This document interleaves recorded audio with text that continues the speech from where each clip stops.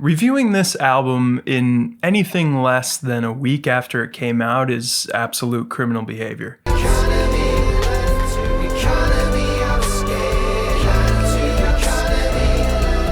It feels like I'm just starting to rip off the peel of the Harmony Codex after maybe 15 plus listens.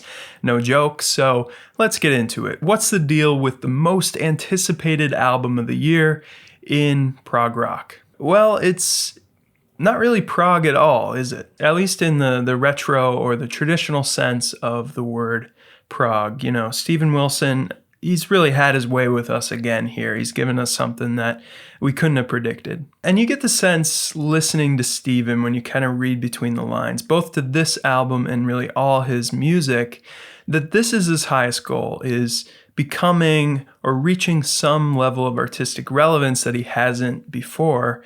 And he does that by just throwing nothing but off-speed stuff. You know, it's curveballs, it's sliders, it's spitballs, it's knuckleballs. Really, that's the thing that I find the most genius about this album, is just the anti-genre nature of it. You know, it really challenges the typical mental pathways of categorization of music and art that preclude one from really deeply engaging, really deeply listening. Because when you hear something and you're just immediately able to say, yeah, that's prog metal, that's hyper pop or indie folk or any of these labels, you know, that genre label does color your experience. Categorization is also how we make meaning and order out of the endless complexity around us at all times, you know, so it's not all bad. It's how we communicate with each other. It's, you know, a means of community, and it's part of our social nature. But, you know, the point is that it can limit your perception. It can block you off to a range of experiences that are available to you. I've really started this review just deep in the psychological weeds, but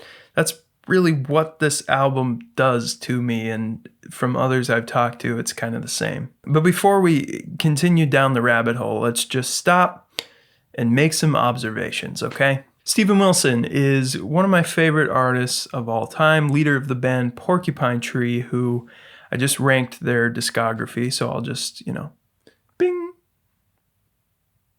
You see it?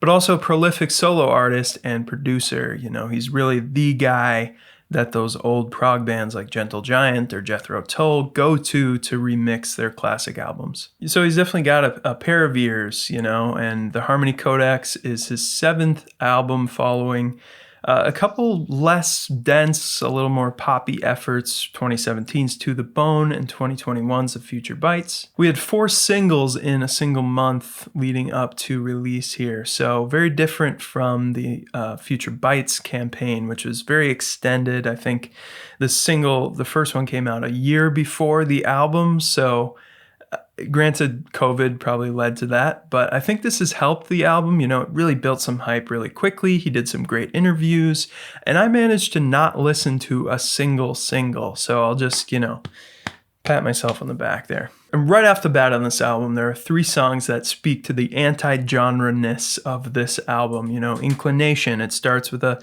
kind of Middle Eastern sound, and there's these lovely little brass flutters. And this industrial electronic beat, you know, every single beat just carved and chiseled out to perfection. I think he's really good at that. Like, his electronic beats always have a lot of personality to it. It's very far from like a stock electronic beat. This very icy opening track is followed by one of the warmest on the album's What Life Brings, with its very organic instrumentation and Wilson's signature enveloping acoustic guitar and just a smooth as butter electric guitar solo in the middle. Then skeep, we're back to these icy electronics on economies of scale. Is that a Steven Wilson trap beat?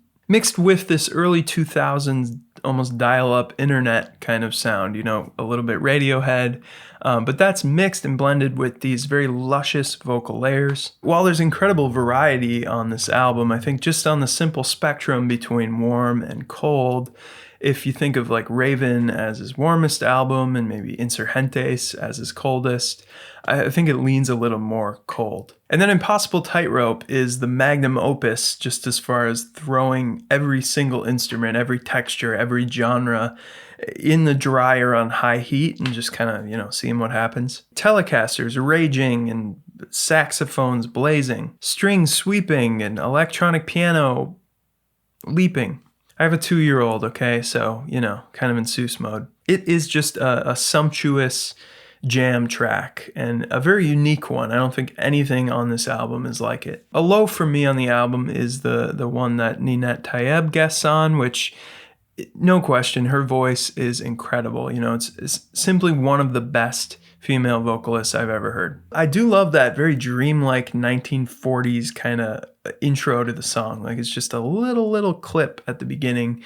But then the song has this descending 4-chord progression that continues over and over again. And it's just really boring to me. Like, not even a very passionate vocal, a great performance can save it, because it's, just not my thing. Beautiful Scarecrow and Actual Brutal Facts and the title track, the Harmony Codex, are kind of in a similar lane for me, and also low points. I think they lean pretty heavily into Stephen's obsession with some of the more experimental and dark trip hop and electronic influences from the 80s and 90s. Film music, for sure. I don't know. I can appreciate these studio sculpted beats and these very glacial textures. But just for my personal taste, I think the emphasis on sound play in these songs does sacrifice the core songs a little bit, and they just feel a little bit empty because of that. I do like a lot of electronic music. I like some even very minimalist stuff, modern classical kind of stuff, but these songs just don't do it for me in the same way that like a Max Richter or an Air does, or even like grittier stuff like Massive Attack. This is probably my biggest critique with the album, is just the emphasis on sound play and on audio trickery, which I appreciate more than I actually like. I respect Steven Wilson so much as an artist that he could make a reggae album and I'd be like, yeah, go for it. I'll take it or leave it, and Actual Brutal Facts and the Harmony Codex are just songs that I don't put on my plate.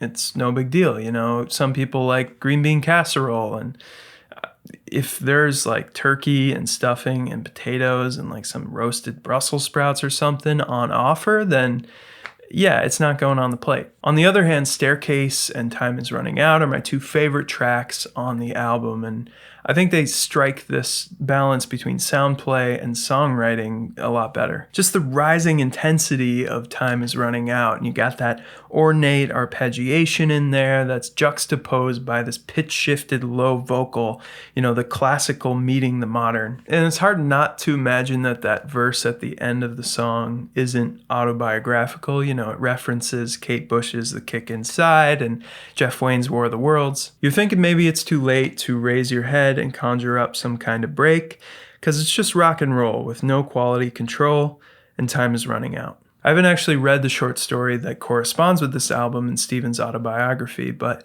it does seem so autobiographical, just this endless search for artistic breakthrough. And that part of the song gives way to probably my favorite solo on the album, which isn't complicated. It's not flashy, but it hits all the right notes for me. It's so beautiful. And Staircase, the closing track, is another one that just perfectly balances song and sound. Plus, it's got that mean Chapman stick solo, which, can't not be mentioned. And that's the album. I think for as much deep discussion, deep thought that it brings up, it really ends up being kind of a mixed bag for me. I think there are way, way, way more hits than misses. And just on a production front, it is immaculate. Like, he has really given us a gift in that area. And on that note, go check out the ranking of all the Steven Wilson solo albums I did with Brent from The Similitude of Prague. Just search The Similitude of Prague. I think I'll throw that down in the comments and also link the Porcupine Tree ranking video just right after this video ends. Of course, I'm extremely interested in what you think of the album, if it's bringing up all these deeper reflections for you as well. And as always, thank you so much for watching.